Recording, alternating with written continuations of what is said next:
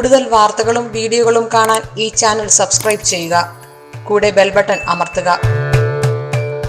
Asia live ടിവിയിലെ feng shui പ്രോഗ്രാമിലേക്ക് ഏവർക്കും സ്വാഗതം.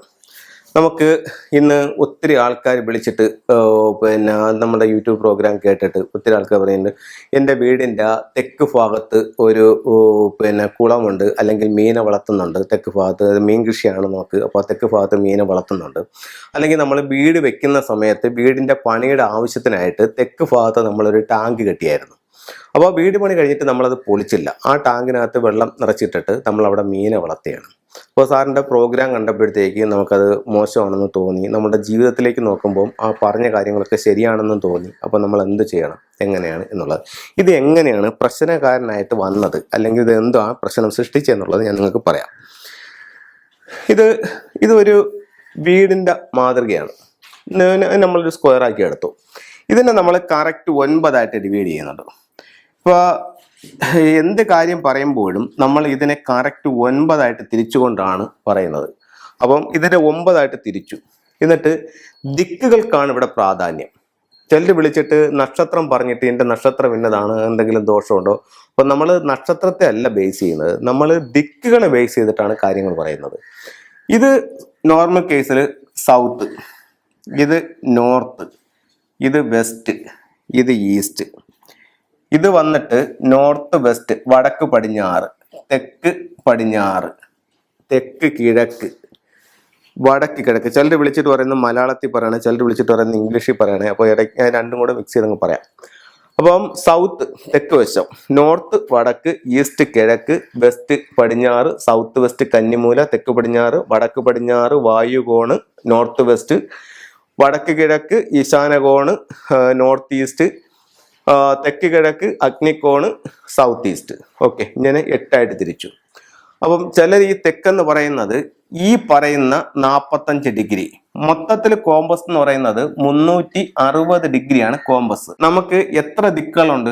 8 ദിക്കുകളുണ്ട്. അപ്പം 360നെ 8 ഡിവൈഡ് ചെയ്യുമ്പോൾ 45 ഡിഗ്രി കിട്ടും.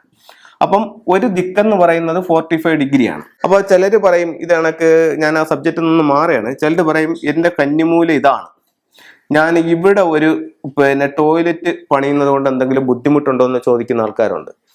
ഇവിടെ ഒരു ടോയ്ലറ്റ് പണിയുമ്പോൾ ഇതാണ് ആശാരി വന്ന് കുറ്റിയടിച്ച നമ്മുടെ കന്നിമൂല. അപ്പോൾ ഈ ഒരു 45 ഡിഗ്രി, അതായത് ഈ വീട്ടിന്റെ മൊത്തത്തിൽ 8 ഭാഗം കന്നിമൂലയാണ്. അപ്പം നിങ്ങൾ ഇവിടെ ടോയ്ലറ്റ് പണിഞ്ഞാലും ഇവിടെ ടോയ്ലറ്റ് പണിഞ്ഞാലും അത് കന്നിമൂലയിൽ തന്നെയാണ്.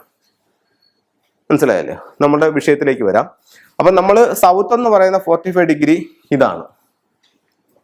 അപ്പം ഈ ഭാഗത്ത് നമ്മൾ ഇവിടെ ഒരു ജലാശയം പണിഞ്ഞിരിക്കുകയാണ്, അല്ലെങ്കിൽ ഞാൻ നേരത്തെ പറഞ്ഞ കണക്ക് ഒരു ടാങ്ക്, പണി കഴിപ്പിച്ചുള്ള ടാങ്ക്. ഇവിടെ നമ്മൾ അത് പൊളിച്ചില്ല, അതിന് വെള്ളമൊക്കെ ഒഴിച്ച് അതിനകത്ത് മീനെ വളർത്തിക്കൊണ്ടിരിക്കുകയാണ്. അല്ലെങ്കിൽ ഇപ്പം നമുക്ക് എല്ലാവരും മീൻ കൃഷി ചെയ്യുന്നതുകൊണ്ട് നമുക്ക് അതിനുള്ളൊരു സൗകര്യം വന്ന് നമ്മൾ ഈ ഭാഗത്ത് വലിയൊരു ഇത് ചെയ്ത് ഇവിടെ ഇത് ചെയ്തു.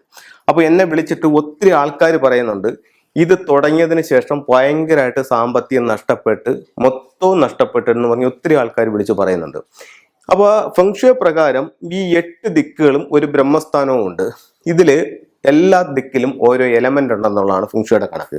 അപ്പൊ തെക്ക് കിഴക്ക് ഭാഗത്ത് നിൽക്കുന്ന എലമെന്റ് എന്ന് പറയുന്ന വുഡ് എന്ന് പറയുന്ന എലമെന്റ് ആണ് തെക്ക് കിഴക്ക് ഭാഗത്ത് നിൽക്കുന്നത്. വടക്ക് ഭാഗത്ത് നിൽക്കുന്നത് വാട്ടർ എന്ന് പറയുന്ന എലമെന്റ് ആണ്, അതായത് പഞ്ചഭൂതങ്ങൾ. സൗത്തിൽ നിൽക്കുന്നത് ഫയർ ആണ്. അപ്പോ ഓരോ ദിക്കും ആ ദിക്കിലെ എലമെന്റോ ആ എലമെന്റിനെ സപ്പോർട്ട് ചെയ്യുന്ന എലമെന്റോ മാത്രമേ ആ ദിക്കിൽ ഉപയോഗിക്കാൻ പാടുള്ളൂ, അല്ലെങ്കിൽ അത് നേരെ ഗുണത്തേക്കാൾ ഓപ്പോസിറ്റ് ആയിട്ടുള്ള ഇത് കാണിക്കും.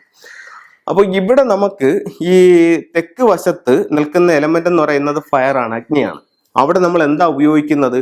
വെള്ളം കൊടുത്തിരിക്കുകയാണ്. വെള്ളം എന്ന് പറയുന്ന ജലാശയോ മറ്റേ അങ്ങനെയുള്ള സംഭവങ്ങൾ എന്തെങ്കിലും കൊടുത്തിരിക്കുകയാണ്.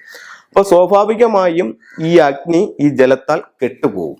അപ്പോൾ തെക്ക് വശത്ത് പറയുന്നത് പേര്, പ്രശസ്തി, അംഗീകാരം, വിജയം ഒക്കെയാണ് തെക്ക് ഭാഗത്ത് പറയുന്നത്. അതെല്ലാം നേരെ താഴെ പോകും. ഇത് താഴെ പോകുന്നതനുസരിച്ചിട്ട് നമ്മുടെ ബിസിനസ് പോകും, നമ്മുടെ സമ്പത്ത് പോകും. അങ്ങനെ മൊത്തവും ടോട്ടൽ ലോസിലേക്ക് നമ്മളെ കൊണ്ടുവന്ന് എത്തിക്കുന്ന ഒരു അവസ്ഥ ഉണ്ടാവും.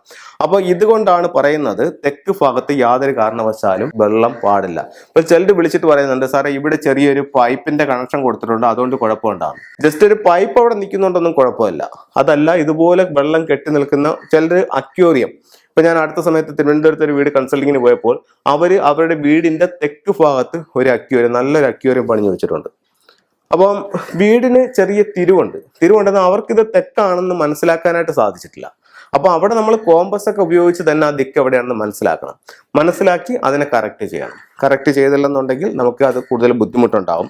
അപ്പൊ ഞാൻ ഈ പറയുന്നത്, നിങ്ങൾ ഇത്തരത്തിൽ എന്തെങ്കിലും പാകപ്പിഴകൾ നിങ്ങൾക്ക് സംഭവിച്ചു പോയിട്ടുണ്ടെങ്കിൽ ഉറപ്പായിട്ടും അതിനെ കറക്റ്റ് ചെയ്ത്, അല്ലെങ്കിൽ നല്ലൊരു ഫംഗ്ഷൻ കൺസൾട്ടന്റിനെ വിളിച്ച് കറക്റ്റ് ചെയ്തിട്ട് നിങ്ങൾക്ക് വേണ്ടുന്ന അവരുടെ നിർദ്ദേശങ്ങൾ പാലിക്കുകയാണെങ്കിൽ നിങ്ങളുടെ പ്രശ്നങ്ങൾ എന്ത് തന്നെ ആകട്ടെ അതിൽ നിന്നും ക്രമേണ നിങ്ങൾക്ക് മാറി ജീവിതത്തിൽ മുന്നോട്ട് വരാനായിട്ട് സാധിക്കുന്നതാണ്. അപ്പൊ നിങ്ങൾക്ക് ഇത്തരത്തിലുള്ള എന്തെങ്കിലും കൺസൾട്ടിങ്ങോ കാര്യങ്ങളോ ഉണ്ടെങ്കിൽ ഉറപ്പായിട്ട് നിങ്ങൾക്ക് എന്നെ വിളിക്കാവുന്നതാണ്. ഞാൻ വന്ന് നിങ്ങളുടെ വീടിന്റെ മൊത്തത്തിലുള്ള പ്ലാനും ഡിഗ്രിയും എടുത്ത് ഗൃഹനാഥന്റെ ഡേറ്റ് ഓഫ് ബർത്തും കൂടെ എടുത്തിട്ട് വേണ്ടുന്ന നിർദ്ദേശങ്ങൾ ചെയ്തു തരും. അതനുസരിച്ച് നിങ്ങൾക്ക് ഇത് കറക്റ്റ് ചെയ്യുമ്പോൾ നിങ്ങളുടെ ജീവിതത്തിൽ മാറ്റം ഉണ്ടാവും.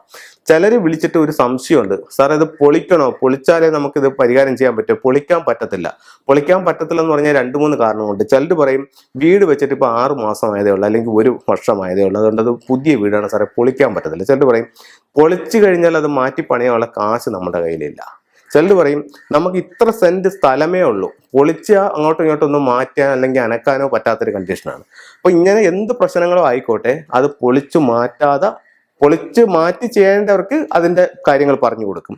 അതല്ല, പൊളിച്ചു മാറ്റാതെ തന്നെ ചെയ്യേണ്ടവർക്കാണെന്നുണ്ടെങ്കിൽ അതിന്റെ രീതിയിലുള്ള ടൂൾസും മറ്റുള്ള കാര്യങ്ങളും വെച്ച് നമുക്ക് കറക്റ്റ് ചെയ്യും. ഉറപ്പായിട്ട് നിങ്ങളുടെ ജീവിതത്തിൽ മാറ്റം ഉണ്ടാവും. എല്ലാവർക്കും എല്ലാ ഐശ്വര്യങ്ങളും ഉണ്ടാവട്ടെ എന്ന് പ്രാർത്ഥിച്ചുകൊണ്ട് നിർത്തുന്നു. നന്ദി, നമസ്കാരം.